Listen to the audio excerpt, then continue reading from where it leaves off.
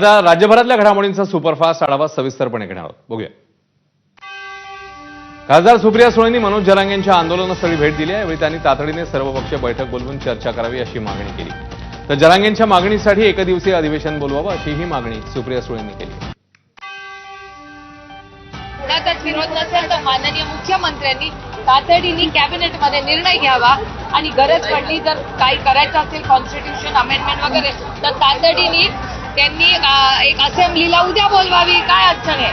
Assembly urgently बोलवून टाका. दिवसभर नाही 24 तास चर्चा करा आणि पास करून टाका. काय अडचण आहे? तर आरक्षणाचा निर्णय सरकारच्या हातात आहे, आमच्यावर टाकून उपयोग काय असा सवाल सुप्रिया सुळेंनी केलाय.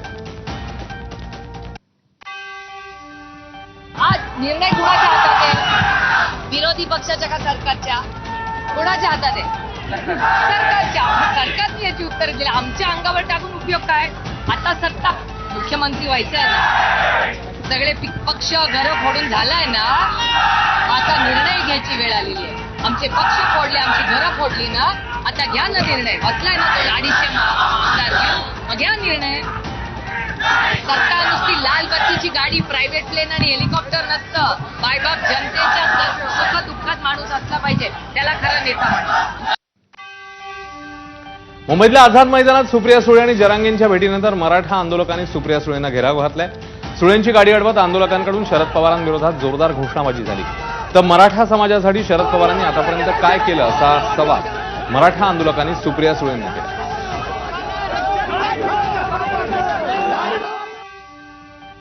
मनोज जरांगे यांच्या आमरण उपोषणाचा आजचा तिसरा दिवस आहे आणि दरम्यान उद्यापासून पाणीही सोडणार अशी घोषणा त्यांनी केली आहे. उद्यापासून कडक उपोषण करू, मागण्या मान्य झाल्याशिवाय मुंबईत सोडणार नाही असाही इशारा मनोज जरांगे यांनी दिलाय. उद्यापासून मी आता काल आज पाणी पिलो, उद्यापासून पाणी फिनी सगळं उपोषणाचं मी बंद करणार. सरकार मागण्याची अंमलबजावणी करत नाही, त्याच्या लक्षात येत नाहीये. त्यामुळे उद्यापासून मी पाणी बंद करणार आहे. आमरण उपोषण कडक सुरू करणार. उद्यापासून पाणी सुद्धा बंद.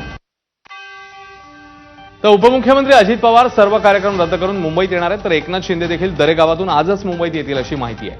तिकडे शरद पवार देखील मुंबईत येणार असल्यानं मराठा आंदोलनाच्या पार्श्वभूमीवर राजकीय हालचालींना आता वेग आलाय.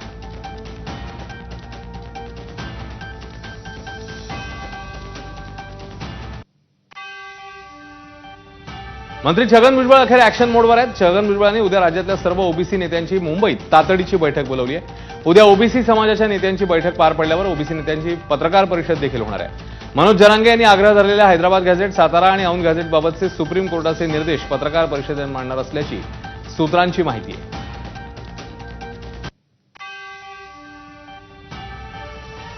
आम्ही तुम्हाला विचारतो का तुम्ही मराठवाड्यात का आलात? काल राज ठाकरेंनी जरांगे मुंबईत का आले असं एकनाथ शिंदेंना विचारल्याबद्दल वक्तव्य केलेलं, त्यावर मनोज जरांगे यांनी ही प्रतिक्रिया दिली.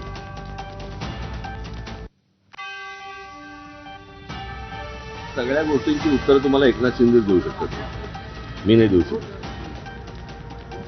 ते जेव्हा येतील तेव्हा त्यांना विचारा. त्या सगळ्या गोष्टी सगळ्यांना माहिती आहेत काय आहेत. या मला असं वाटतं याच्यावरचं उत्तर तुम्हाला जे मिळेल ते एकनाथ शिंदेच देऊ शकतील. जेव्हा एकनाथ शिंदे येतील त्यांना विचारा की मुंबईकरांना खूप त्रास होतोय. तर ते मागच्या वेळेला गेले होते ना तिकडे, बरोबर की नाही? नवी मुंबईला जाऊन त्यांनी प्रश्न सोडवला होता ना, मग हे परत का आले? या सगळ्या गोष्टींची प्रश्नांची उत्तर तुम्हाला एकनाथ शिंदेला विचारा. समाजाचं राज्यातल्या म्हणणं नाही का दोघं भाऊ चांगले आहेत, ते ब्रँड चांगला आहे, पण ह्यो विनाकारण मराठीच्या प्रश्नाच्या मध्ये पडतो. त्याला आम्ही कधी विचारलं का तुला 11 ते 13 आमदार निवडून दिले आणि ते पळून गेले, त्याच्यानंतर तू आमच्या मराठवाड्यात का म्हणाला? आम्ही तुला विचारलं का? मराठे मुंबईत का आलेत? शिंदेनाच विचारा. राज ठाकरेंच्या वक्तव्यावर मंत्री उदय सामंत यांनी शिंदेनी मराठा समाजासाठी केलेल्या कामाचा पाढाच एक प्रकारे वाचून दाखवलाय. बघूया. शिंदे साहेबांनी मराठा समाजासाठी काय काय केलं, जे मगाशी मी सांगितलं. 3000 अधिसंख्य पदं, त्याच्यानंतर नोकरी, त्याच्यानंतर अण्णासाहेब पाटील बिनव्याजी कर्ज, परदेशामध्ये जाणाऱ्या मराठा समाजाला मुलांना त्याच्यामध्ये अनुदान, प्रत्येक जिल्ह्यामध्ये सारथीमार्फत तुमचं वसतिगृह, सारथीचं सगळ्यात मोठं ऑफिस आता पुण्यामध्ये होतं आहे. त्याच्यानंतर 10% आरक्षण जे आता कोर्टामध्ये टिकलं, हे सगळं शिंदे साहेबांनी दिलेलं आहे. त्यामुळे शिंदे साहेबांना विचारण्याची काही आवश्यकता नाही. शिंदे साहेबांनी हे करून दाखवलेलं आहे. तर मनोज जरांगे यांनी मुंबईतल्या आझाद मैदानावर मराठा आरक्षणासाठी सुरू केलेल्या आमरण उपोषणाचा तिसरा दिवस आहे. मुंबईतल्या मराठा आंदोलकांवर मंत्री चंद्रकांत पाटील यांनी टीका केली आहे. आझाद मैदानात आंदोलनाला परवानगी दिलेली असताना सर्वसामान्य मुंबईकरांना वेठीला धरणं हे मात्र चुकीचं आहे. मराठा समाजाला ओबीसीतनं आरक्षण मिळणं शक्य नाही असंही त्यांनी स्पष्टपणे सांगितलं.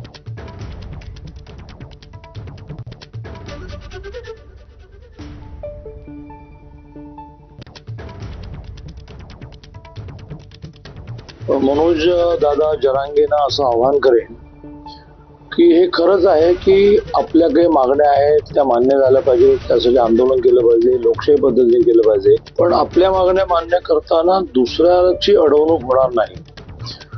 समजा तुमचं भांडण सरकारशी आहे तर ते भांडण सोडवण्याची सामान्य मुंबईकरांना वेठीस धरणं ही काही कार्यपद्धती असू शकत नाही. त्यामुळे माझी विनंती अशी आहे की जे काही आझाद मैदानावर उपोषणाला परवानगी दिली नाही, मग आझाद मैदानावर उपोषण करू.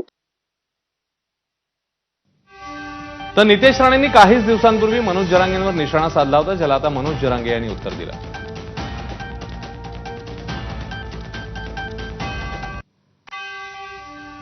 जे रक्ताने मराठे असतात ते कधीच कुठल्या कोणाच्या आईबद्दल अपशब्द वापरणार नाही. जरांगेने आरक्षणाची लढाई लढावी, पण ती लढत असताना आमच्या फडणवीस साहेबांच्या आईबद्दल अगर अपशब्द बोलण्याची हिंमत करत असेल तर ती वळवळणारी जीभ हातात काढून देण्याची ते सामर्थ्य आमच्यासारख्या 96 कोळी मराठ्यांमध्ये आहे, हे त्यांनी लक्षात ठेवावं. तरी लाल असतील, लाल ऊन पडलं तरी लाल, हिवाळा असला तरी लाल. काय म्हणती हे सुद्धा कळत नाही. चिचुंदरी नुसती आरडत चलत, त्याचा दोषच नाही. आता एकदा आंदोलन संपू द्या. निलेश साहेबाला दादा सांगितलं होतं मी याला आवरा, एकदा आंदोलन संपू द्या, त्याच्यात बघतोच किती दम आहे. थांबा तुम्ही. मुंबईत सुरू असलेल्या मराठा आरक्षण आंदोलनाच्या पार्श्वभूमीवर मराठा आरक्षण उपसमितीची पुन्हा एकदा बैठक पार पडली. सातारा हैदराबाद गॅझेट तातडीने लागू करण्यावर कायदेशीर बाबी तपासत असल्याची प्रतिक्रिया उपसमिती अध्यक्ष विखे पाटलांनी दिली आहे. या सर्व बाबींवर संध्याकाळी चर्चा करू अशी माहिती देखील विखेंनी दिली.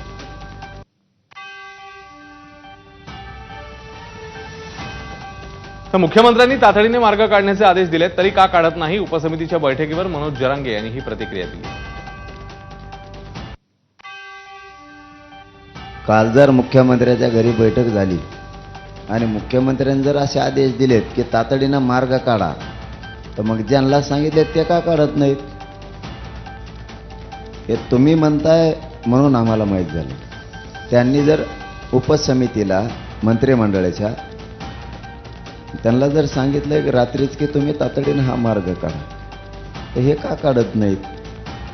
आत्ता बैठक सुरू असते, हे बैठका यांच्या हमेशा सुरू असतात. हे लई भंगार येते नुसत्या बैठका.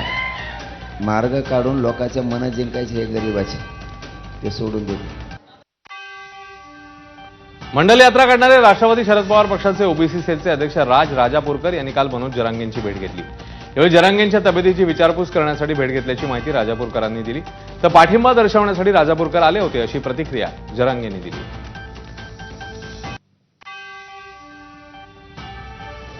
मी काल मनोज जरांगेंच्या तब्येतीची विचारपूस करायला आझाद मैदानावरती गेलो. एक देशाचा नागरिक आहे, अधिकार आहे मला, तो त्यांना आहे, मला आहे, सगळ्यांना त्या देशात अधिकार.